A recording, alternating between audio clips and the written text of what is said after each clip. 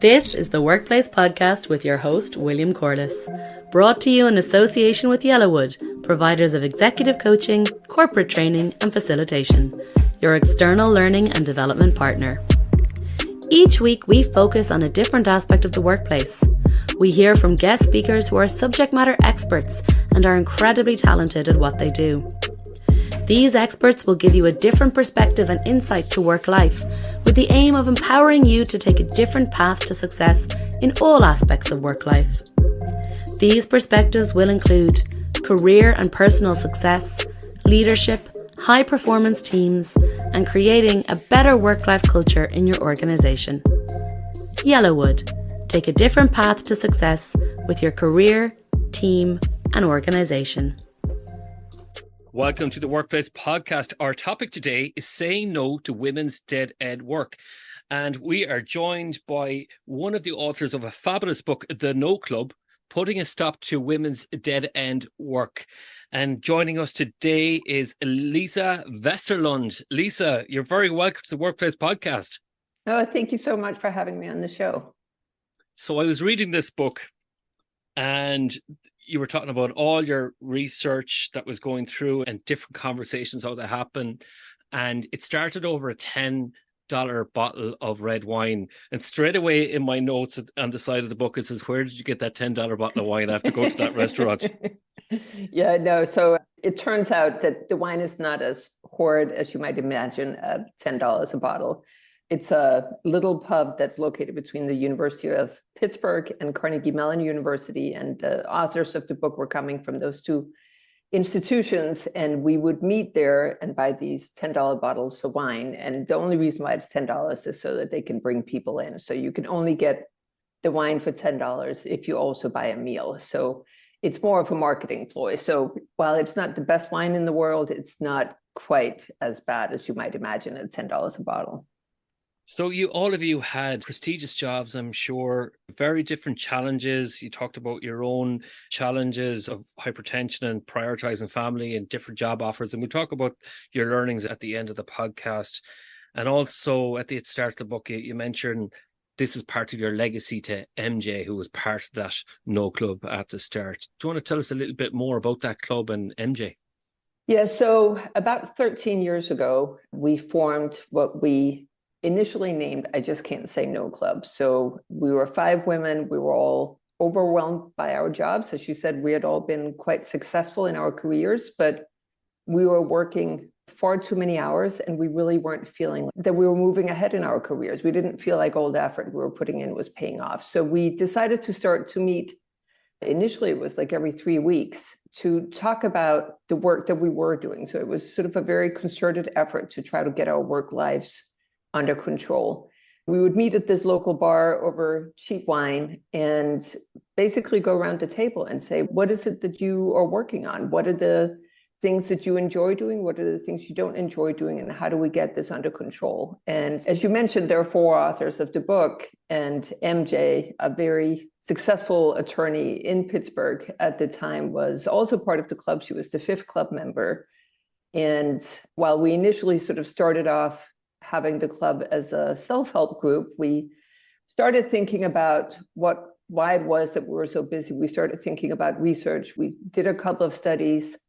Regrettably, MJ got cancer early on in the No Club's path and very sadly passed away. But she had spent her whole career working with women, trying to make women become the best version of themselves in the workplace. And her passing really made us see, because we had sort of toyed with the idea that maybe we should write a book. And her passing really made it clear that we had to write a book to honor her legacy. And that's why we sort of really pushed ahead and finished off a bunch of studies, are still doing studies on this, and ultimately wrote this book. And that's what the podcast is all about, becoming the best version of yourself at work. And the book, then, this is where I'm going to add the praise in. I want to state this is not about male bashing in any way. This is about understanding gender differences. And what I really liked about the book is it's really getting that understanding how women are treated differently at work. A big issue, which we'll talk about in the podcast, is identifying what's known as non-promotable tasks, and we'll expand on that later on. And again, what's really good about the book, there's ways of organizations can systemically address these issues. There's exercises at the end of each chapter. There's a playbook on how to say no. It helps readers navigate the workplace in a very constructive way, which I might add. And again, at the very end, people get introduced to how to set up their own club, which exactly. with or without wine, that's up to you. So it's better with wine. So let's start off with this. So this is the whole notion I started getting really sucked into this book, was what you said in the book is crappy tasks, these non-promotable tasks. So if our listeners are listening in, what might they be? What are non-promotable tasks? So initially we called these tasks crappy tasks because to us, they really seemed crappy. They're tasks that didn't help our careers move ahead. There were tasks that we didn't get a lot of recognition for. When it got to our annual performance review, they never showed up anywhere. And we felt like we were carrying a very large load of these tasks. We ultimately decided that crappy task was not an appropriate term because it is work that really helps out the organization that you're working for. So while it doesn't give you a lot of recognition, it's work that is very critical to the well-functioning of the organization. So examples could be something as simple as taking notes at a meeting. It could be sitting on internal committees. It could be resolving internal conflicts. It could be mentoring employees. It could be recruiting new interns to an organization, or the sort of very famous office housework of organizing holiday parties, getting gift cards, etc. I think a really good example of this non-promotable task and how easily it goes under the radar in a study that was done by McKinsey and Lean In, where they spoke to 400 different organizations to try to figure out what is it that we want managers to be spending their time on? What do we see as critical for the managers to spend time on? And one of the things that showed up was that these 400 organizations, 90% of them thought that it was critical to have managers who checked in on the well-being of their employees. So is the workload right? Are they doing okay? So 90% of the organizations thought this was critical, but only 25% of them had any kind of recognition of the work. And not surprisingly, the same thing happened when it came to diversity, equity, and inclusion. These were efforts that were seen as critical to the organization, but it was not work that was receiving any recognition. So that's the space we're in. It's the space where it's work that is important and the organization sees as important, but it is not work that gets a lot of recognition when it comes to your performance evaluation. And we will be moving to that, the organizational aspect to that. But what I want to go to first then is, what are the costs then to women, or what are the effects on women's lives and careers as a result of this non-promotable work or this extra workload? It's not that men and women should be doing the exact same thing at work. We have different preferences, we have different abilities. Sometimes we don't have different abilities, sometimes we don't have different preferences. But there could be lots of reasons why men and women may not be doing the exact same job in the workplace. So this is what we document in the book, is that indeed women across all professions are spending far more time on this non-promotable work. So, we work with a professional services firm where we've got very careful data over how the men and women were spending their time. And it turned out that the women were spending 200 more hours per year on non-promotable tasks. So that's more than a month of work that they were spending on work that got no recognition. And any profession that we looked at, attorneys, consultants more broadly, women in academia, supermarket clerks, women working in the TSA line, architects, engineers, any profession we've found documents this very systematic pattern.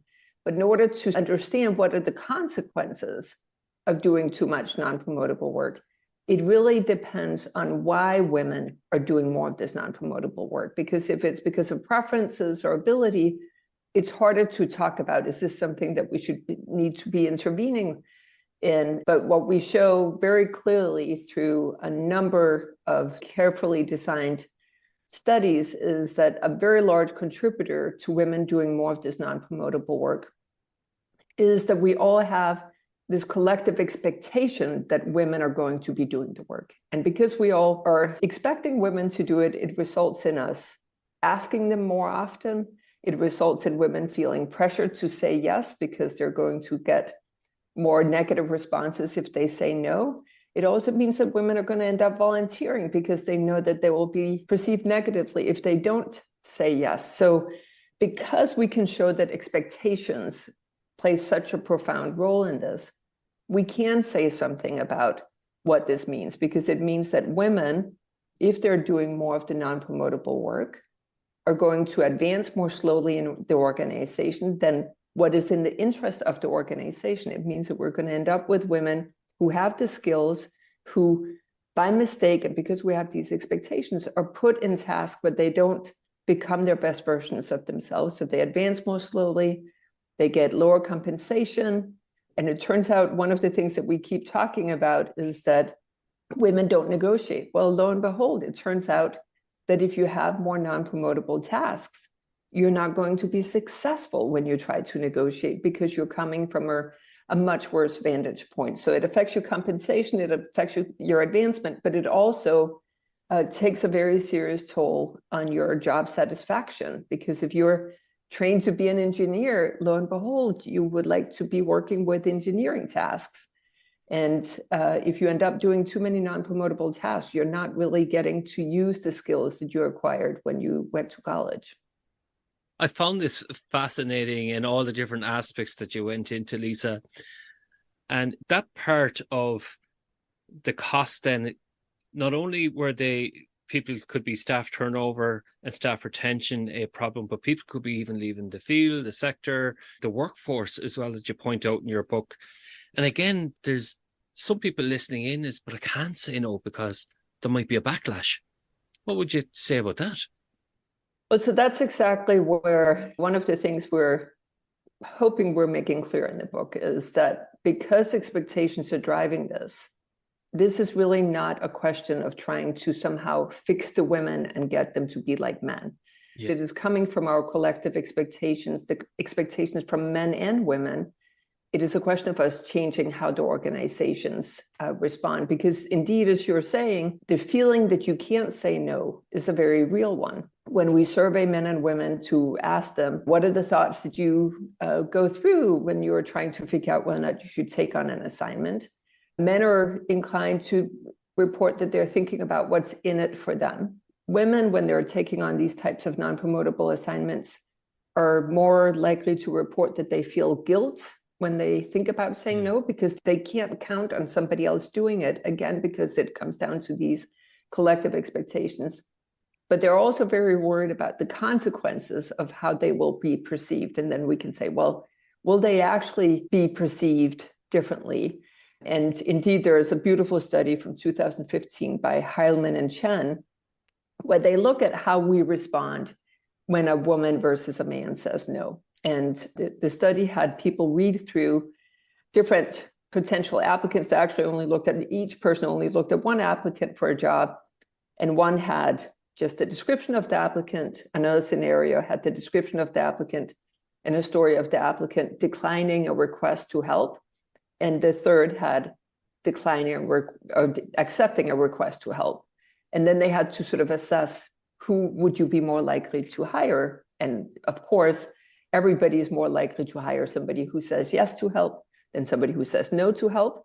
But when they were evaluating a female candidate, it turns out that a female candidate who says yes to help is evaluated as being equivalent to a female who was not asked at all. So it shows that saying yes to help doesn't give you any benefit. Saying no is going to give you a negative treatment. And by contrast, when it comes to a man who says no is perceived as being equivalent to a man who wasn't asked at all.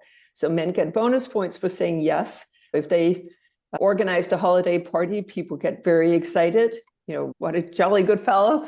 And when you have a female doing it, it's just expected. So this perception that we have different room to say no is a very real one. If we expect a yes from an individual and we get a no, we respond negatively without really understanding why we get so upset. And because it's this unconscious bias that we all have where it seems right for women to take on these low-ranking, non-promotable tasks, it really makes it challenging for women to try to fix this, because they might be able to navigate better ways of saying no. They might be better able to navigate better ways of saying yes as well. But at the end of the day, they're working in organizations where we all expect them to take on these tasks. So it really, at the end of the day, precisely because we're talking about expectations driving this, making it clear to the organization that they're losing talent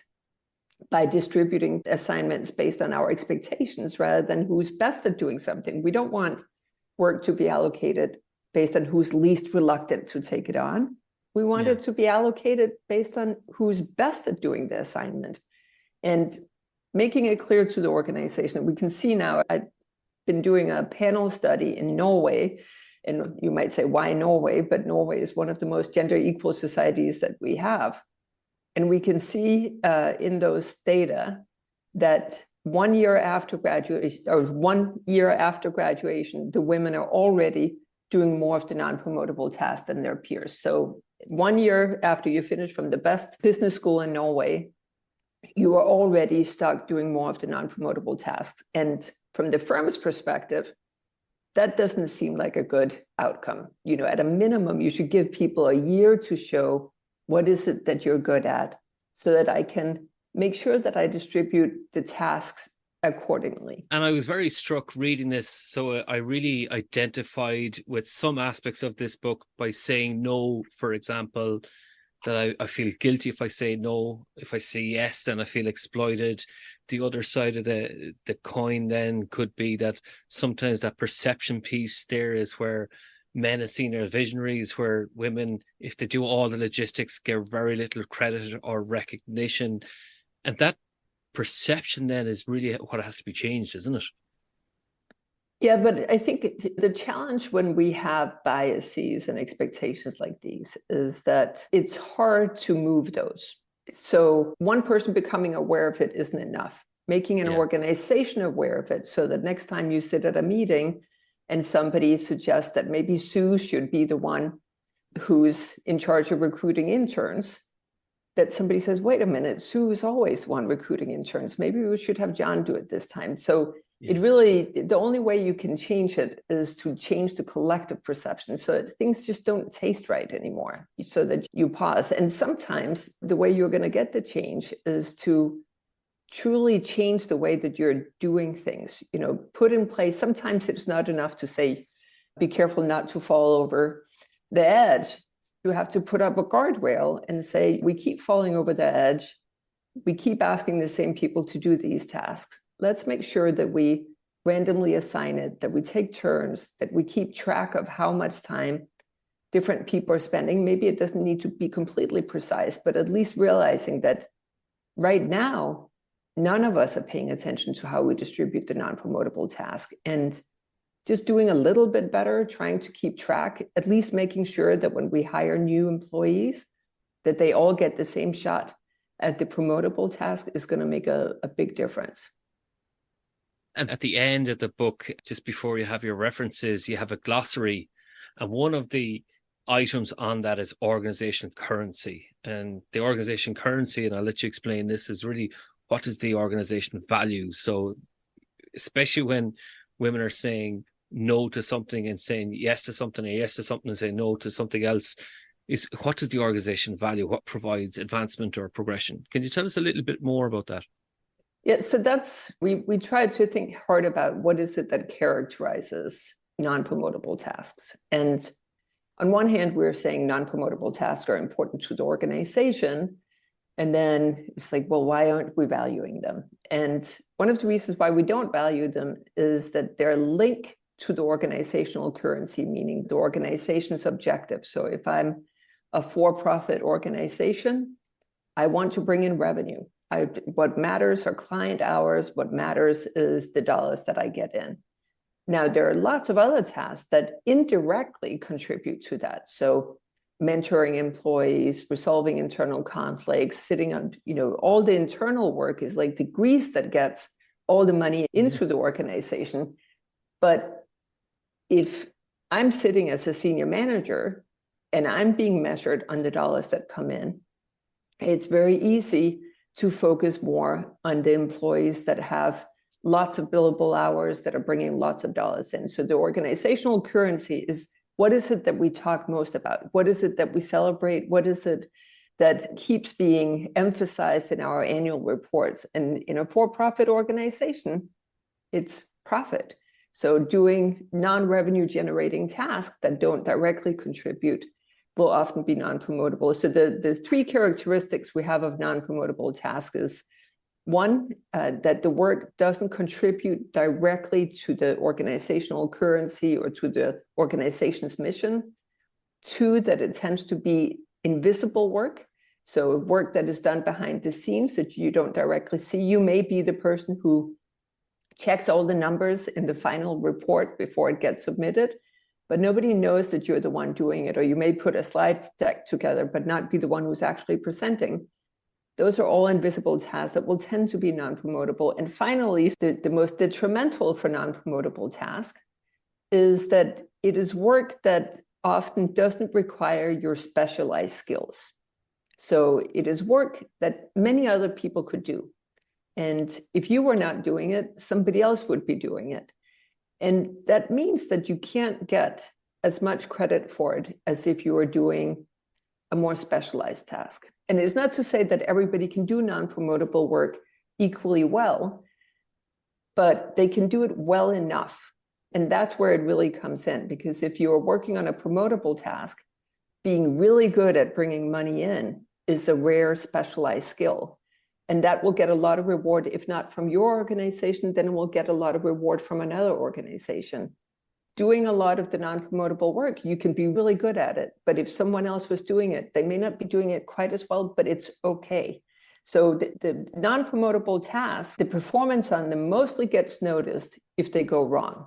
If they're okay, then we're very often fine with it. So it's those three characteristics: not contributing directly to the organization's mission, being invisible, and not requiring specialized skills, that makes it challenging for this work to get the recognition that many people feel like, well, can't we just make it promotable? And we can't, because it unfortunately has these characteristics.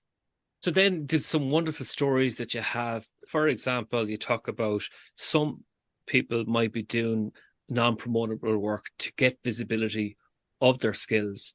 But when it comes to performance evaluations, then it goes maybe against them. Can you tell us a little bit about that?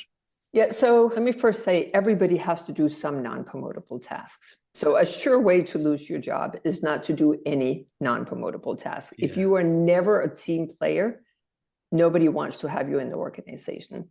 Where it becomes challenging is that you just want to do enough of the non-promotable task. And what ends up happening is that oftentimes we'll say, you know, some of the non-promotable tasks, or tasks that ultimately becomes non-promotable, are initially promotable because they teach you new skills, they get you connected to other people in the organization, so they give you paths for advancement that you didn't have before. But what happens is that you get stuck. So you may take on a committee assignment, you learn new skills, you get to know new people, but then 3 years later, you're still sitting on the same committee, still doing the same thing. It didn't add anything. So while initially it could be a path to advancement, if you get stuck doing the non-promotable task, it sort of really slows down your career. And precisely because we learn by doing, if you get really good at doing something, it's very easy for everyone else to say, oh, but you're so good at recruiting the interns. We have a story in the book about an attorney who was put in charge of recruiting interns. And regrettably, this is a common theme that we've heard in many cases where a young employee comes in and gets convinced that the non-promotable task that they're given, that somehow it is a unique ability, that they are so good at recruiting interns, they have extroverted, this will be a path for advancement. And then when it actually comes to promotion, it turns out that all they care about is billable hours. So oftentimes non-promotable tasks come very well packaged in lots of compliments about why you are so fantastic and good at handling it. And if a task becomes very well packaged, it probably is a cause for pause to say, wait a minute, why do they have to compliment me so much before I take on this task? But where it's really regrettable at these young, so I've done a lot of interviews with these young new graduates, and they're blindsided because we haven't told them about non-promotable tasks. So it's very easy to convince them that they're doing the right thing. Your boss asks you to do something. Of course, you're going to do what your boss tells you. And that's, again, where it really is up to the boss to say, is it in my interest to take a highly skilled new recruit and put them on a non-promotable task right away?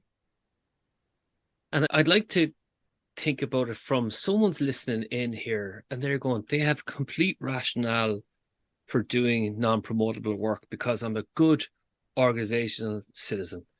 And this is at odds with where organizational currency is at. So while both are important, what I'm hearing is that men are sometimes tipping the balance towards their focus, towards that organizational currency versus the non-promotable tasks, which they're doing that at the expense of maybe the social fabric. Because if people weren't doing that organizational citizenship, the social fabric of the organization then would tear apart. And as you said, then there's many consequences to that. Yeah, no, exactly. So in terms of the organization's interest, it's not in the interest to have such a skewed distribution of work. And indeed, what has been exciting about the book is that we've worked with lots of organizations that are very eager to change because we just haven't been paying attention. And while I don't think there's any workplace where people would say, no, the men are the one who are doing more of the office housework. Everybody knows that this is probably something that women are doing more of. What they haven't been paying attention to is how many hours does it actually add up to? And indeed, the organization where the women were spending 200 more hours, that was not something they wanted. So it's not in the organization's interest to do this because they lose talent and because they end up with a lot of free riding happening, or you might call it strategic incompetence, because it becomes clear that you can benefit from not being able to do one of these non-promotable tasks well. So in my own department, I have male colleagues who are really good at writing papers, really good at teaching, really good at presenting, who really seem to have their lives under control. But when it comes to serving on an internal committee, somehow they can't find a room, they can't write a report, they can't take notes, they can't deliver on any of the tasks that they're given. And the response to that service disability is that they don't get those assignments anymore. So some people figure out that it pays off not to do a good job on the non-promotable tasks so that you don't get assigned that work anymore. So it allows you to focus your career on the more promotable work. So you end up with this unfortunate shirking. I think another case which actually happened it's also in the book, but was a morning when I had a doctor's appointment and I arrived late to the office. And we have a big front lobby with lots of furniture in it. And I came in and that morning, all the furniture was gone. And I went to my male colleagues and asked if anybody had put in a call to ask why the furniture suddenly was gone, because clearly there was no reason for all the furniture to be gone. And several of my colleagues informed me that they hadn't noticed that all the furniture was gone. Now, that in itself is surprising, but it's also very convenient not to notice that the furniture was gone. And others told me that they hadn't put in a call. They had noticed the furniture was gone, but they hadn't put in a call because it was not their job to look after the missing furniture in the front lobby. And surprisingly, it is nobody's job to look after missing furniture in the front lobby. And in any workplace that you're in, there will always be things that happen that isn't written into anybody's contract or is anybody's responsibility. And if you don't recognize when people step up to the task, you are going to end up with a situation like ours, where ultimately, by the time I put in a call, the furniture had been sent off for destruction. So we had to buy all new furniture. So the furniture was meant to have been moved from the 5th floor. We're on the 4th floor. And so it's just an indicator of what happens when you have a set of incentives in your workplace where it pays off not to step up to the task. So it can be quite costly if you have employees who don't internalize the objectives of the organization. There are men listening in here now, scratching their heads, knowing there's an inconvenient truth lurking out there. And you talked about strategic competence, and that reminded me of when I was younger. And well, let's call it, there was office housework, a job to be done. And I remember distinctly a male colleague stopped me from doing it. And I was like, why? It's because the women will handle it, I was told. And I says, no, I can do it. And I was looking at him, if you tell him, he says, whatever you do, you're not going to do it right anyways. They'll come back and fix it for you or something like that. And I remember looking at this lad.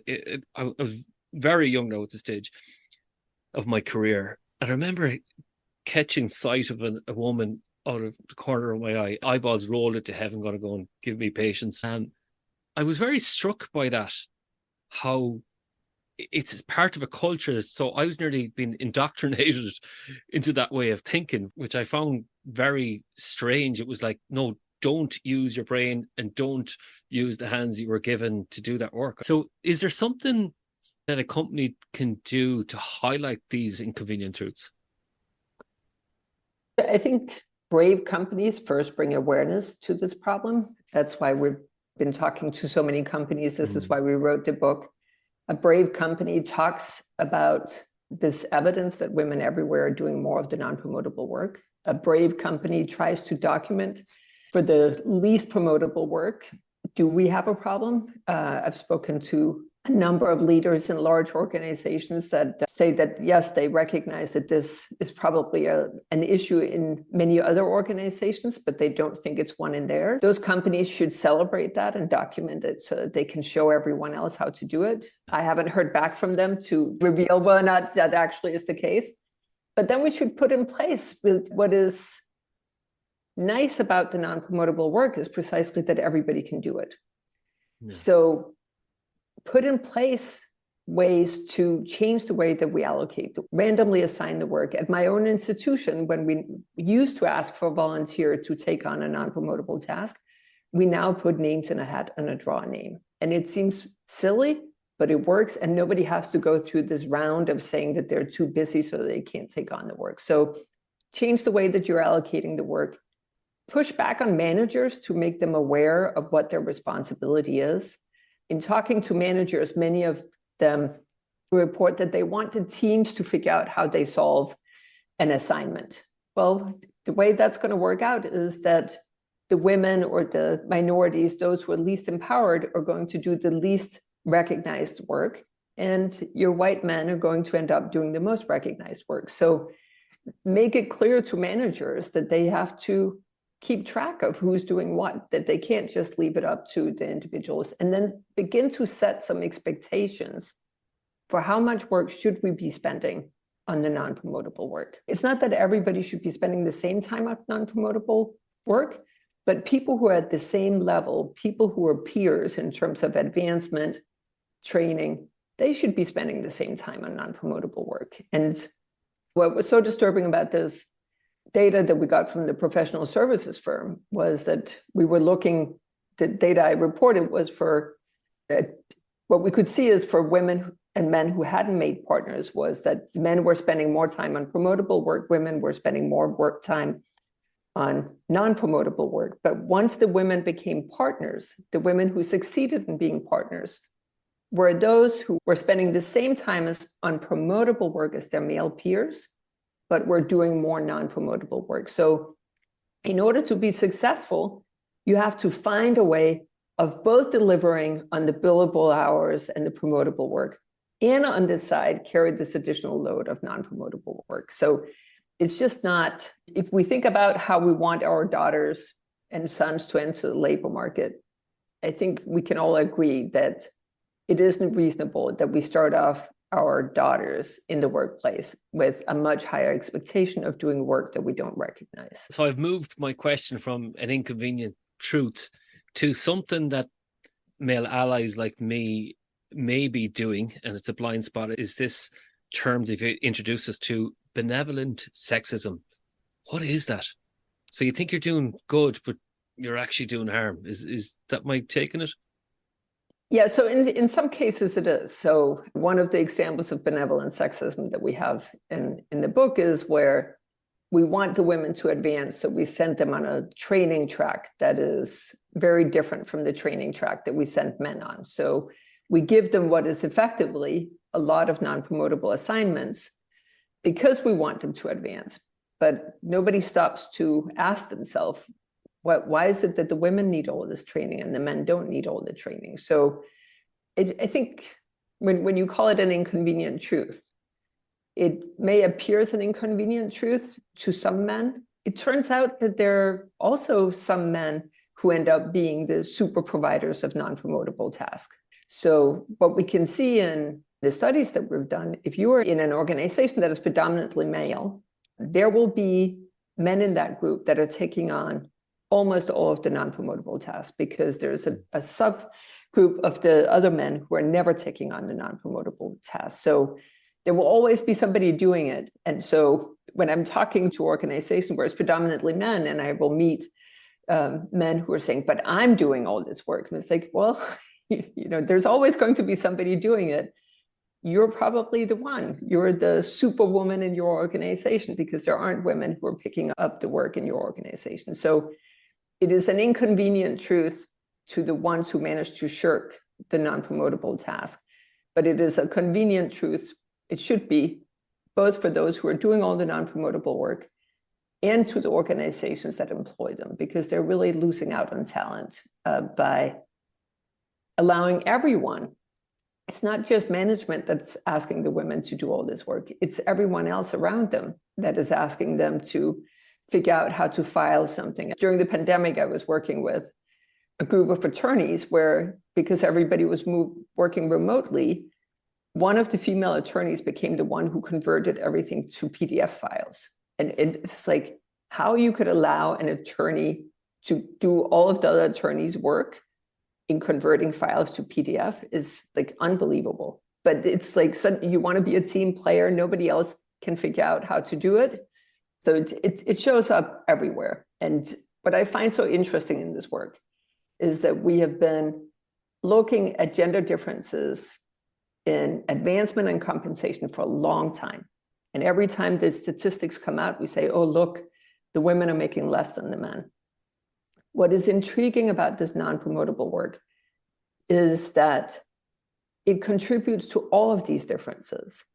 And if we can just figure out a way of equalizing that, it will help fix some of the differences that we keep being so concerned about. But just looking at the gender gap and not having a way, you can't equalize pay after people are doing different jobs. You have to make sure that they're doing the same job to begin with. That's an excellent point. And speaking of that, let's entice the listeners now to actually the title of book, Saying No. So you have a wonderful read. I love this. No means nourish yourself. I love that. What I want to do is that some people are listening in and say, listen, what are the steps to saying no? And maybe what are the traps that I fall into? I went in to say no, and then I come out saying yes. How did that happen? What are the bits of advice you can give our listeners? The no in the title is meant as much as a collective no as an individual no. It really is. The reason why we keep pushing on organizations is that we really don't think this is a question of fixing the women, but rather a question of fixing the organizations. We don't need more people who say no in organizations. We need more people who are saying yes. So this is a case where we really need the men to start acting like women. That being said, there are steps that the individual can take. We've spent 13 years in our little no club trying to figure out how to get better at saying no. And being aware that there's an expectation that you say yes makes it somewhat easier to try to navigate, because you have to be a bit slicker than you normally would. It's not just, certainly as a young employee, going in and saying no to an assignment is not the way that you're going to get any kind of advancement. But trying to think strategically about, how do I get to the more promotable work? And the first step, of course, is that you become aware of what is the promotable work. What is the work that really is going to matter? What I find so challenging when we have these performance evaluations is that there are all these criteria, but then when you talk to management on what is it that matters for advancement, it's not all the criteria. It's okay if you're an okay colleague. You don't need to be a super colleague. So we have people chasing all these different criteria where not all of them matter the same. So getting a sense of what is the work that really will matter for my advancement. And the way to get that sense is in part to have a conversation with the management, not to say what is the non-promotable work, but rather to say, what is the work that you really want to see me having done well when you think about performance? So getting a sense of what is the promotable and non-promotable work. Seeing if there's work that you're doing right now that you potentially can offload. So if your balance of promotable to non-promotable work is off, if you're spending more hours on the non-promotable work, seeing if there's somebody who would be a better fit. Is there a junior person for whom the work would be promotable that you could offload it to? It may be non-promotable for you. So what is promotable changes throughout your career. It changes with the job that you have. But there could very well be a junior person who could take on an assignment that is non-promotable for you and for whom it would help.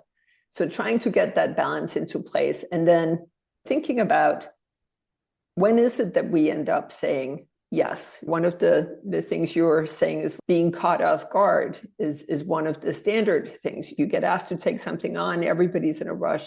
Sometimes it's easier just to say yes, but putting a pause on it. Linda Babcock, one of the co-authors of the book, has a 24-hour rule where she can say no right away. But if she's going to say yes, she has to wait 24 hours. So just pausing it so that you have time to think about what are the consequences of taking on this work. Another problem that I had whenever I was asked to take something on was that I didn't think about what my implicit no was. I kept feeling that if I took something on, I could just run a little bit faster and then I would get to it. And lo and behold, we only have 24 hours in the day. And if you take something on, you're implicitly saying no to that. And what is that thing you're saying no to? Is it spending time on more promotable work? Is it spending time on yourself? Is it spending time with your family? What is that implicit no? So we talk about a lot of the biases that sort of get you to say yes when you really would have wanted to say no. Another issue is sort of this diva moment. This is why the non-promotable tasks often come packaged in compliments, because you get told by the person who are asking that you're fantastic and so good at doing it. So it becomes very easy to say yes. So there's a whole slew of these sort of biases that get us to say yes when we really want to say no, and figuring out which one it is that is most triggering for you will cause you to recognize it and pause on the saying yes. Now, thinking about saying no, being aware that there is this expectation that you're going to say yes means that you have to be a little bit cautious when you do say no. So the way we recommend saying no is to use what we call a strategic no, where you give a short explanation for why you have to say no. I would love to work on the colors of the new website, but I'm working with this new client that's bringing in a lot of revenue. And if I work on the colors of the new website, I'm not going to be able to do that job well. So first, give a very short explanation of what are the costs of you taking on this job, but then help the requester solve the problem, because the requester just wants the problem solved. It's not necessarily that they want you to do it. They just want it solved. And because you know the organization from a different vantage point, you can point to someone else who could do the job. So think about alternative solutions. Explain why you can't do it, but then help the requester solve it. And when you can't say no, thinking about how you say yes so that you negotiate your yes rather than just saying yes. So if you take on another non-promotable task, offload one of the non-promotable tasks that you want to get rid of. So say, okay, I will come up with the colors for the new website, provided that you can have somebody else do the holiday party, or put a time limit on it saying, I'll be on the website committee for 1 year, but how about can we agree that John and Charles are going to be the two people following me? So you don't get stuck just because so have an exit plan, or try to divvy up the task so that you're only doing part of it and you have somebody else do other parts of it. And finally, I think a recommendation that is quite successful is to try to negotiate up instead. So that the challenge with trying to say no or trying to negotiate your yes is the worry that you might be perceived as somebody who's leaning out of the organization rather than leaning in. But if you try to negotiate up and say, I'm thrilled that you're asking me to look at the colors for the website, but I was thinking that maybe I could contribute more if I was working on the new product development where I have this great insight. How about if I do that instead? So you're taking on a task that is actually more demanding, that is using your specialized skills, but is going to be more valuable to the organization. So this attempt trying to negotiate up to steer towards the more promotable work can also be quite successful. Really insightful nuggets of wisdom there. Thank you very much. And this is where someone very close to me will say, and let me get back to you, or as someone very close to me says, leave it with me. And that strategic piece comes in, isn't it? Where you can have a real thought process there. This is where you have a whole piece there in the book about saying no. So it's all that playbook there. There are emails in there. There's putting conditions on your asking for additional resources, time limits, doing a B+ job versus an A+ job. There are so many recommendations for that. And Lise, we're coming to the end of the podcast. If people were to contact you or to find more about your book or the work that you do, how might they do so?